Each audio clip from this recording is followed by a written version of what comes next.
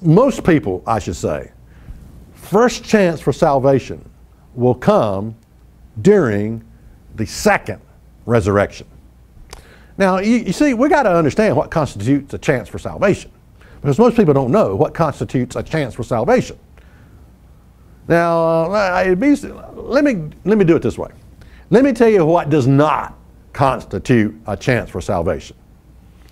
Number one, you've never been called of God. If you've never been called of God, that does not constitute a chance for salvation. If God has not called you, you can hear Christian music, Christian preaching, you can hear television evangelists 6 days a week and twice on Sunday, and it's not going to do you a bit of good if God has not called you. Okay? So what does not constitute a chance for salvation? You've never been called of God. Okay, that's one thing. Two, being deceived does not constitute a chance for salvation. If the blind lead the blind, they'll both fall into the ditch.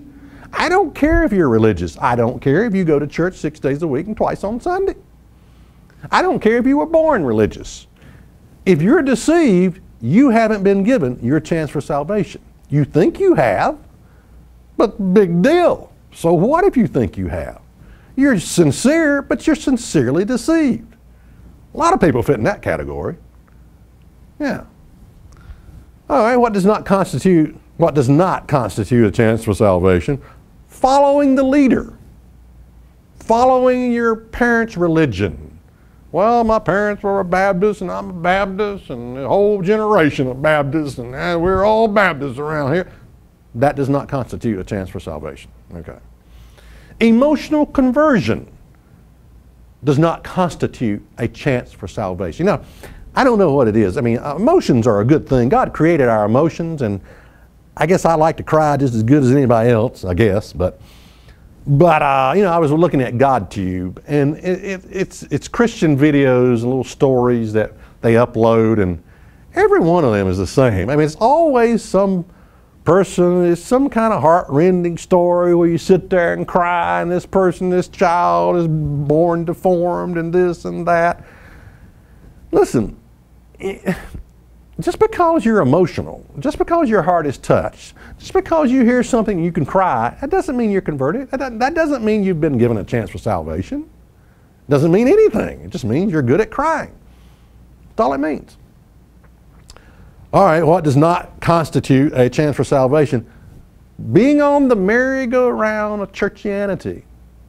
Yeah, it's Bible study on Monday and Wednesday night and Friday night this and services, you know, every single day, and you're just going through the motion of just churchianity.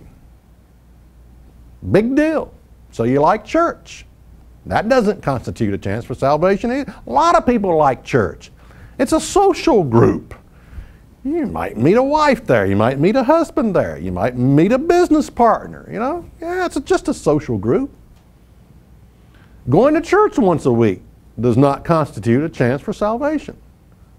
I mean, if the only time you think about God is when you get at church, I guarantee you've never been given a chance for salvation.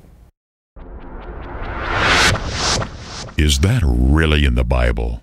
What you think is in the Bible is not.